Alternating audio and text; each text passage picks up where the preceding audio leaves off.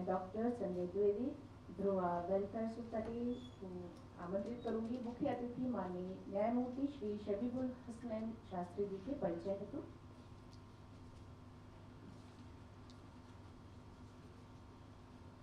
गुरु चरणों में सादर प्रणाम करते हुए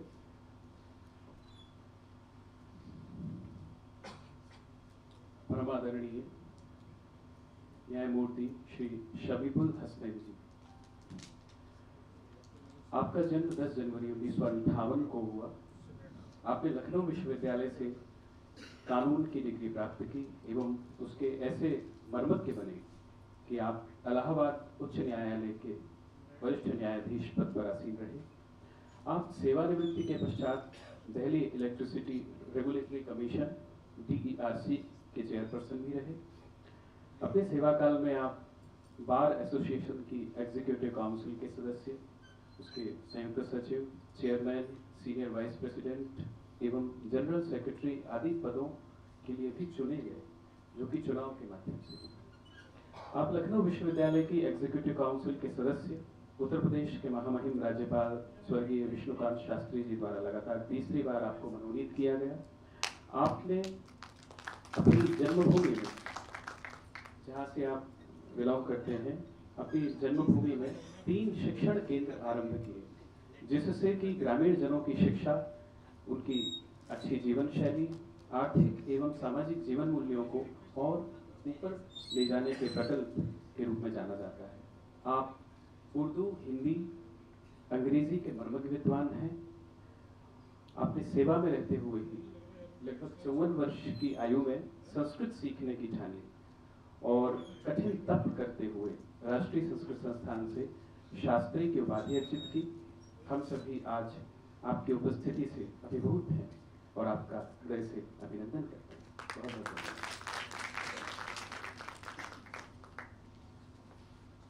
धन्यवाद। अब माननीय श्री शबीबुल हसनैन शास्त्री जी को उनके वक्तव्य हेतु आमंत्रित करूंगी।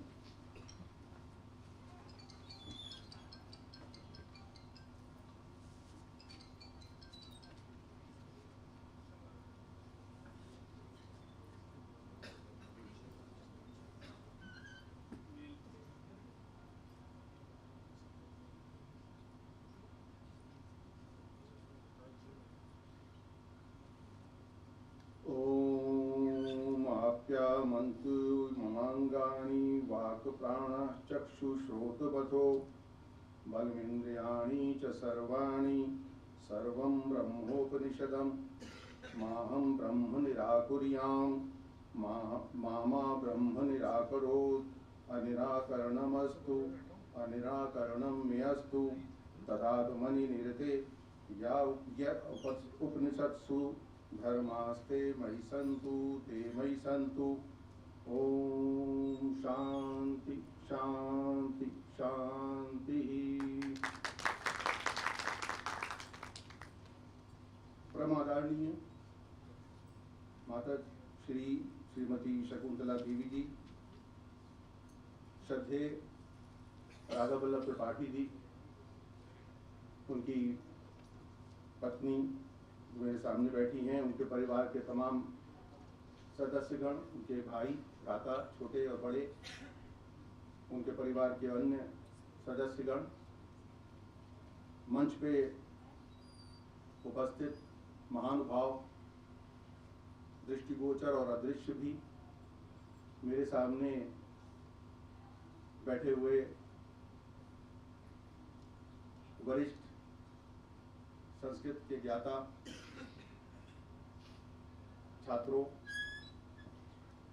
छात्रों से मेरा विशेष लगाव है, क्योंकि मैं भी इस विश्वविद्यालय का छात्र ही हूँ और बहुत छोटा छात्र हूँ, कनिष्ठ, तो उनसे मेरा नाता है ग्रेजुएशन वालों से, शास्त्री के लेवल पे। मैं आप सबको नमन करता हूँ। 2020 में एक बार पहले भी यहाँ पर उपस्थित होने का अवसर मुझे प्राप्त हुआ था, जैसा कि राधा वल्लभ त्रिपाठी जी ने मुझे बताया, आप लोगों को बताया। और इस बार फिर जब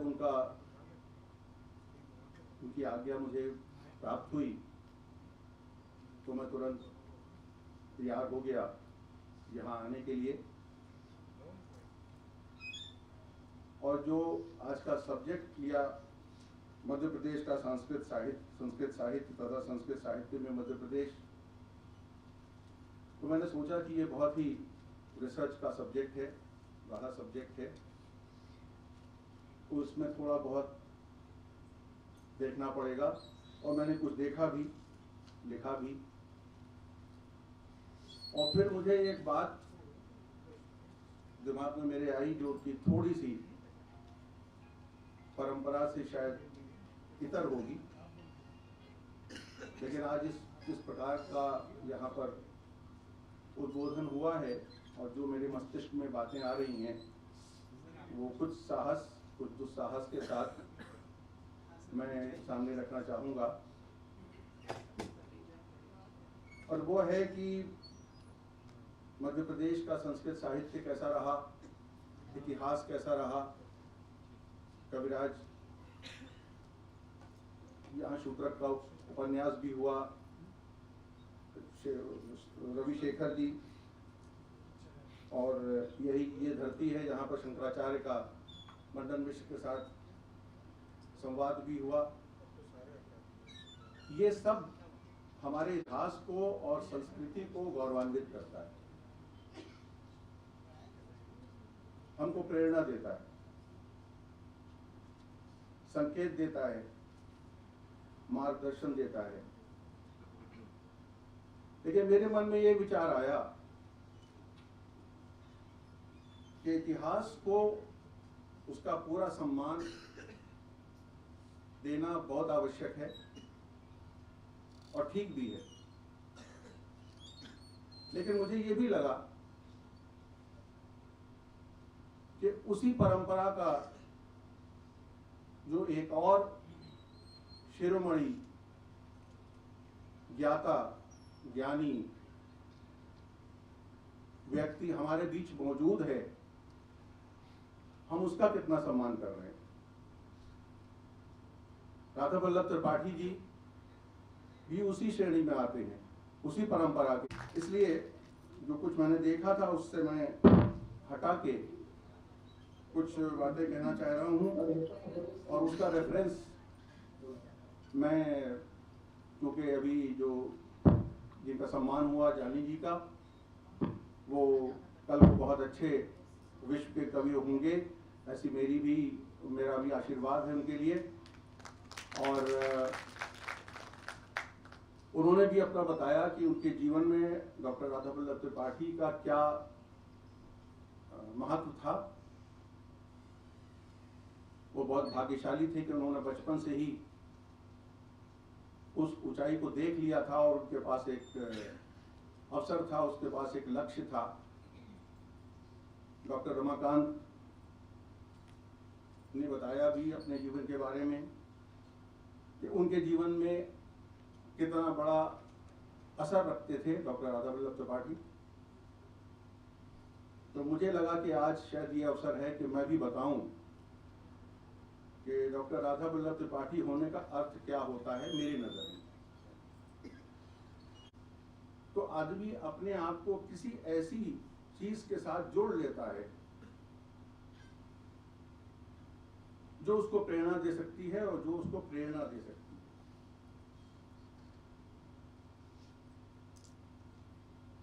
दो 2020 में मैं रिटायर हो गया था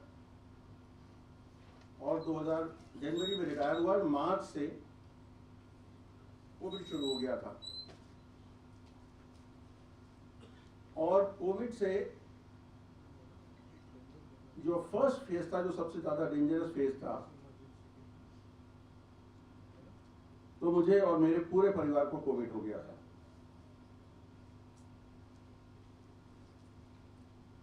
बहुत ज्यादा निराशा का वातावरण था उस समय, अगर आप लोगों को याद हो। ये ऑक्सीजन क्राइसिस से भी पहले की बात है, जब बिल्कुल नया नया आया था और उसके नाम से लोग भागते थे।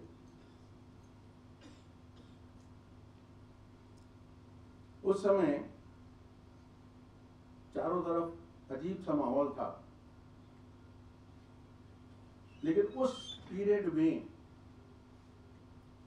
अगर आप यूट्यूब खोलते थे तो एक वीडियो आपको रोज मिलती थी उस जेनाइटर की, न जिसको कोविड की चिंता थी, न उसको किसी प्रकार की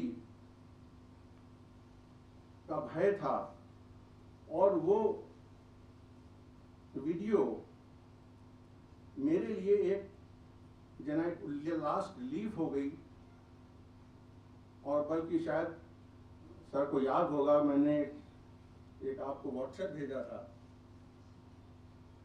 कि जब मैं सुबह उठता हूँ तो सबसे पहले एक चीज मैं देखता हूँ, एक सेकेंड,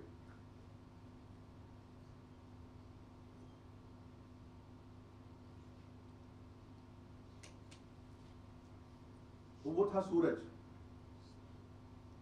खिड़की खोलने पे जब आपको सूर्य दिखाई पड़ता है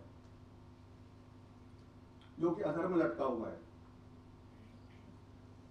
कोई तीलियां नहीं है, कोई बंद रस्सी नहीं है, स्थित है वो, और सब कुछ उसके चारों तरफ घूम रहा है, वो स्थिर है, और आपको लगता है कि हाँ रात कट गई। सूरज को देखते ही अंधकार से मुक्त होने का भाव होता है, वो जीवन का प्रकाश होता है।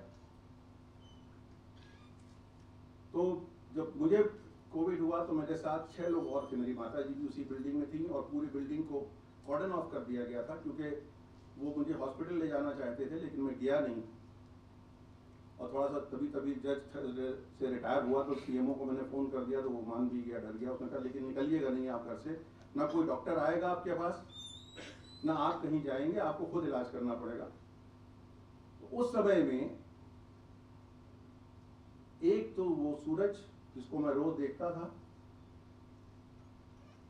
और मुझे लगता था कि ये कोविड से अनजान, हमारी सारी परिस्थितियों से अनजान लगातार चल रहा है, और ये नहीं बैठेगा तो शायद मैं भी नहीं बैठूंगा, शायद मैं भी जीऊंगा।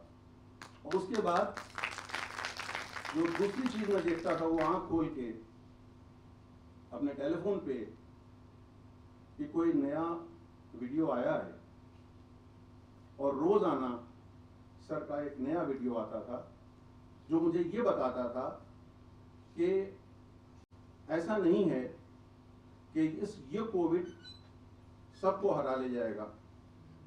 मुझसे एज में कोई बड़ा, मुझसे ज्यादा फ्रेल शरीर का व्यक्ति भी इसी संसार में जी रहा है और चुप नहीं बैठा हुआ है। उस समय भी वो सेवा कर रहा है, वो संस्कृत को बढ़ावा दे रहा है, और ऐसे ऐसे अनूठे प्रसंग उस बीच में आए हैं कि जिसने मेरा पूरा ज्ञान तो मेरे पास क्या है, लेकिन थोड़ा बहुत, कभी महाभारत का कोई प्रसंग है, कभी लक्ष्मण रेखा पार करने की बात है सीता की, कभी शबरी के वेद की बात है, नए नए प्रसंग, नई नई रिसर्च। तो उसने मुझे एक ऐसा विश्वास दिया कि अगर वो वहां पर रहकर, इस पीरियड में भी रहकर, एक बार भी उसमें कोविड के ऊपर कोई चर्चा नहीं थी। उनके वीडियो में ये नहीं होता था कि अगर आप गर्म पानी पीना शुरू कर दें और उसके साथ लहसुन को उबाल के नहीं, उसको ठंडा करके पी ले तो आप ठीक हो जाएंगे, ऐसा कुछ नहीं था। कठोर मेहनत थी और निरंतर। उसने मुझे बहुत बड़ी प्रेरणा दी, और उसका जो अंतिम वो है, जिसे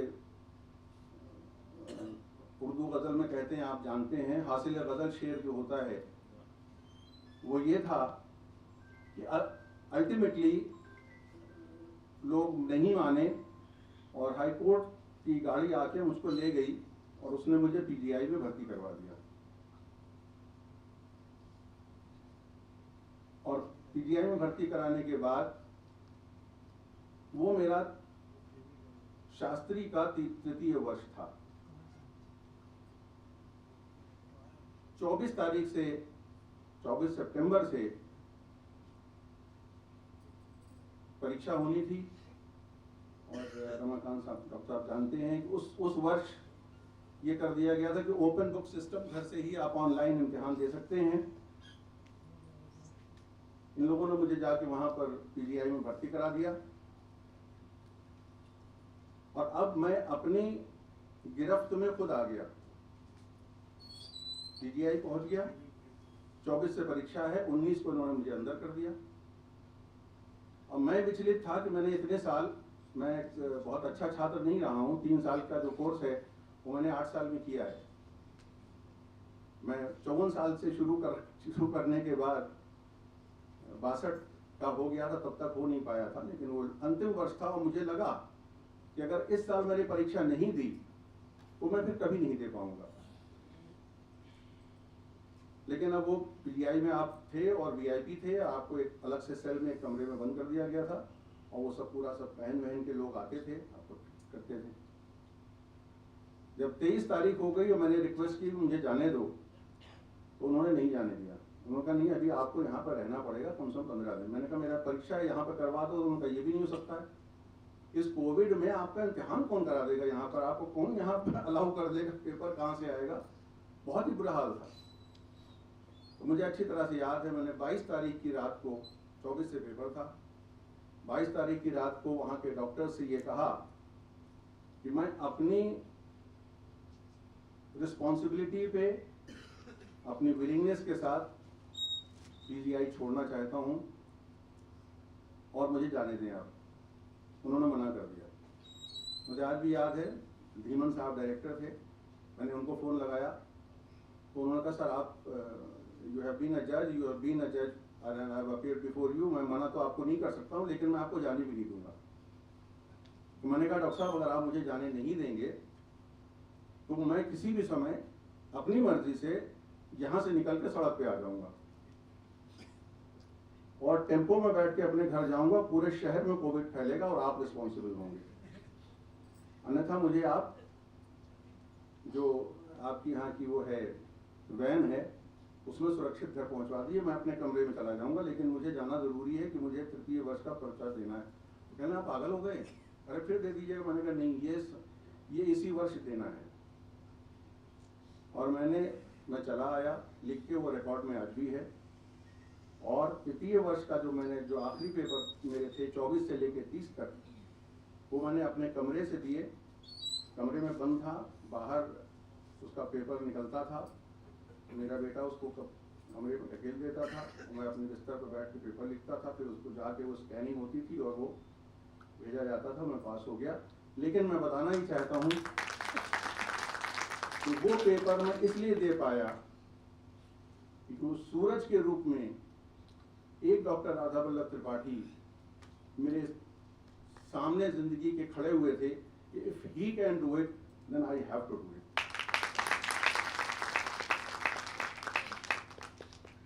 मेरी ये जो 3rd ईयर की जो डिग्री है बहुत छोटी डिग्री है, इसका मैं कभी जिक्र नहीं करना चाहता था।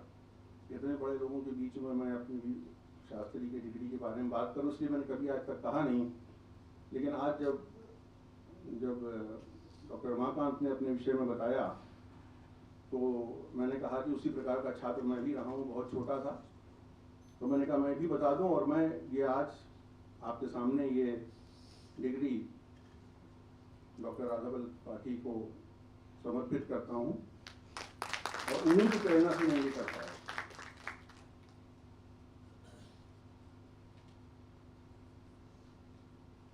अब जो बात मैं बताना चाहता हूँ या कहना चाहता हूँ वो ये है, थोड़ी सी डिफरेंट बात होगी और सारे जो महानुभाव बैठे हैं उन्हीं के सामने कहने की भी बात है। मैं संस्कृत को बाहर से देखता हूँ।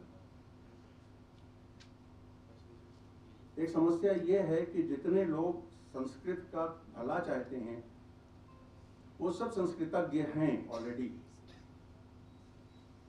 और वो भी प्रयास करते हैं वो संस्कृत के अंदर से करते हैं। ये भी सेमिनार जो हो रहा है, बहुत क्षमा प्रार्थना के साथ कह रहा हूँ, गालिब का एक शेर है, थोड़ा मैं आपको कह दूँ, वो मैं समझा दूंगा उसको। गालिब ने कहा कि रखियो गालिब मुझे इस तल्ख नवाई में माफ़, आज कुछ दिल में मेरे दर्द सिवा होता है, कि मुझे जो मैं आज कुछ टेढ़ी बात कर रहा हूँ उसमें मुझे माफ़ कर देना, मेरे दिल में आज ज़्यादा दर्द हो रहा है। तो वो दर्द ये है कि मैं ये देखता हूँ कि संस्कृत को बाहर ले जाने का कोई प्रयास नहीं होता। ये सभा हो रही है, बहुत अच्छी है, लेकिन इसमें भोपाल का एडवोकेट क्यों नहीं है? इसमें भोपाल का जनमानस क्यों नहीं है? हमने अपनी संस्कृत की रचना की, इतने बड़े कवि को हमने यहाँ पर बुलाया, उसको हम सुनेंगे, लेकिन सुनेगा कौन? वही जो संस्कृत जानता है।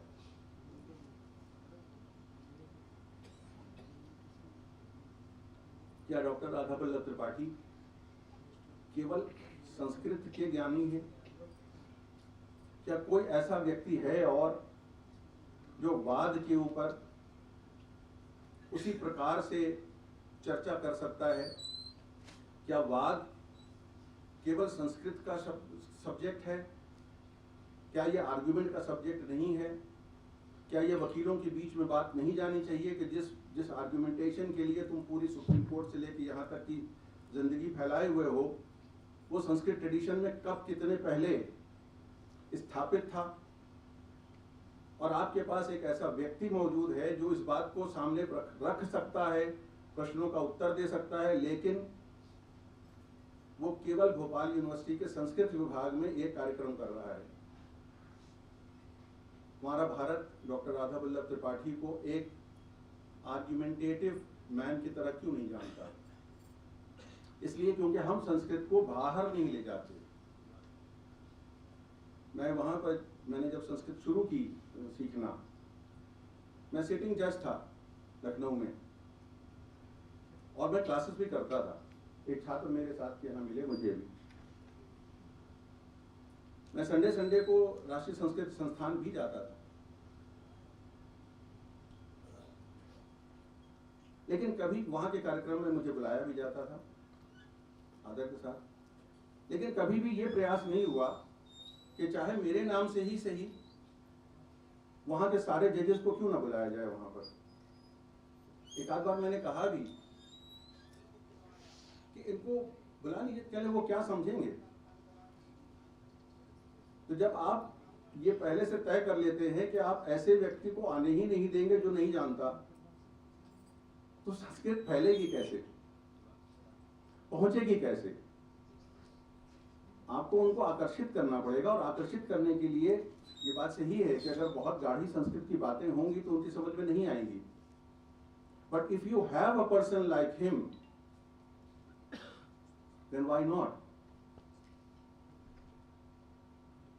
यहाँ पर अभी बताया गया था कि यूनिवर्सिटी के लड़के जो हैं यहाँ स्पोर्ट्स में भी हैं। और अच्छा, एक चीज़ जैसे आज हमने वहाँ पे देखी, जो इन्होंने कला के क्षेत्र में, चित्रकला के क्षेत्र में सब कुछ किया है, ये यहाँ के बच्चों ने बनाया,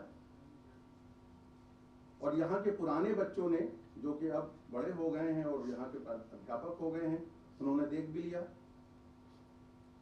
लेकिन जिन बच्चों ने बनाया है उनके माँ बाप को पता नहीं कि मेरे बच्चे के अंदर ये टैलेंट है, क्योंकि उनको आप कभी आमंत्रित नहीं करते। आप कॉमन आदमी को अपने परिसर में, अपने संगोष्ठी में आने क्यों नहीं देते, बुलाते क्यों नहीं है? उनको आने दीजिए। आपकी कबड्डी की टीम दूसरे संस्कृत विश्वविद्यालय ही क्यों जाती है? आईआईटी में क्यों नहीं जाती? वहां तो गेम हो रहा है ना, वहां क्रीड़ा हो रही है। तो इन बच्चों को फुटबॉल के गेम, फुटबॉल के नियम कालिदास के तो बनाए हुए नहीं है। फुटबॉल अगर खेल रहे हैं तो फुटबॉल के नियम से खेला जाएगा। तो चाहे आप संस्कृत यूनिवर्सिटी में खेलें और चाहे आप जेएनयू में खेलें, तो let the game be your ambassador. कि संस्कृत यूनिवर्सिटी के लड़के ऐसा भी खेलते हैं। तो संस्कृत किसी कर्मकांड की पोटली का नाम नहीं है। यहाँ के छात्र भी छात्र हैं, उनका हौसला बढ़ता है, उनको वहां जाने दीजिए।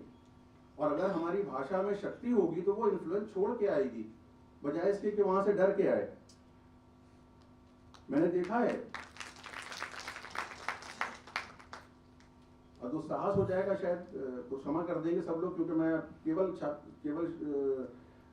शास्त्री हूँ, बीए का छात्र रहा हूँ। तो सब मुझसे ज़्यादा पढ़े हुए हैं, तो मुझे माफ़ कर सकते हैं। मैं प्रार्थना करूँगा मुझे माफ़ कर दें। हमने संस्कृत को, जो कि एक सिंह है, एक शेर है, उसको पिंजरे में बांध के रखा है। उसको छोड़ के तो देखो, वो अपनी स्थान खुद बना लेगा। हम छोटी छोटी भाषाओं से डरते हैं।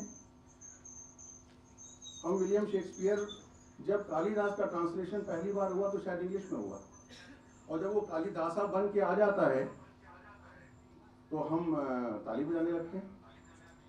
हमारी ही धरोहर योगा होके आ गई, तो हमने भी मैट बिछा के योगा सड़क पे करना शुरू कर दिया। योग जब तक था तब तक गोकुल प्रसाद त्रिपाठी जी करते थे केवल। तो हम बाहर कभी निकलते नहीं और बाहर को चुनौती दे नहीं पाते। लेकिन जिस प्रकार की वीडियोस लगातार डॉक्टर राधा वल्लभ त्रिपाठी, अब संस्कृत का स्वतंत्रता संग्राम में क्या योगदान रहा, ये भारत को क्यों नहीं मालूम होना चाहिए। उस पर उनकी पुस्तक है।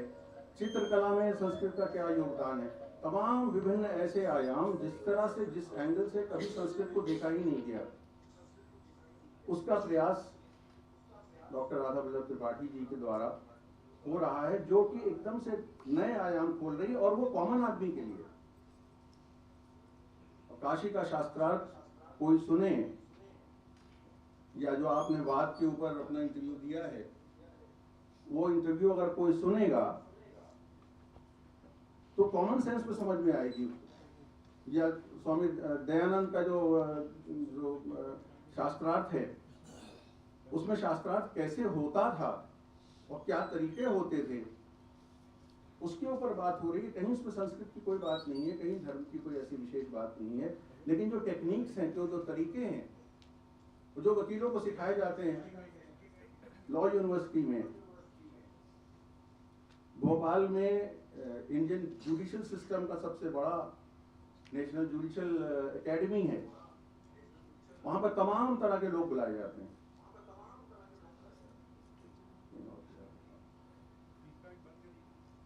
तो मैं ये सोच रहा था, कल भी आया था तो मैं सोच रहा था कि डॉक्टर साहब का वक्तव्य वहाँ होना चाहिए, लेकिन उनको कोई परिचय ही नहीं, उनको कोई आइडिया नहीं। मैंने उनको अपने यहाँ के जो डायरेक्टर है, मेरे साथ के ही थे, डॉक्टर शाही, मैंने उनको लिखा कि मैं भोपाल आ रहा हूँ, तो कहने कहाँ आ रहे हो, मैं गाड़ी भेज दूंगा, यहाँ आ जाना। मैंने कहा नहीं, मैं संस्कृत, चलो ये कहाँ है। तो मैं कोई व्यंग नहीं कर रहा हूँ, मैं कह रहा हूँ कि नेशनल जुडिशियल एकेडमी का डायरेक्टर या वहाँ पर पूरे हिंदुस्तान के आने वाले जजेस को ये क्यों नहीं मालूम कि भोपाल में एक संस्कृत विश्वविद्यालय है। संस्कृत विश्वविद्यालय है, ये उनको इसलिए नहीं मालूम कि ना आपने कभी उनको बुलाया, ना वो आने का साहस करते हैं। तो ये जो बीच में गैप है, ये अगर फिलअप हो सकता है तो वो इतिहास से नहीं होगा, वर्तमान से हो सकता है।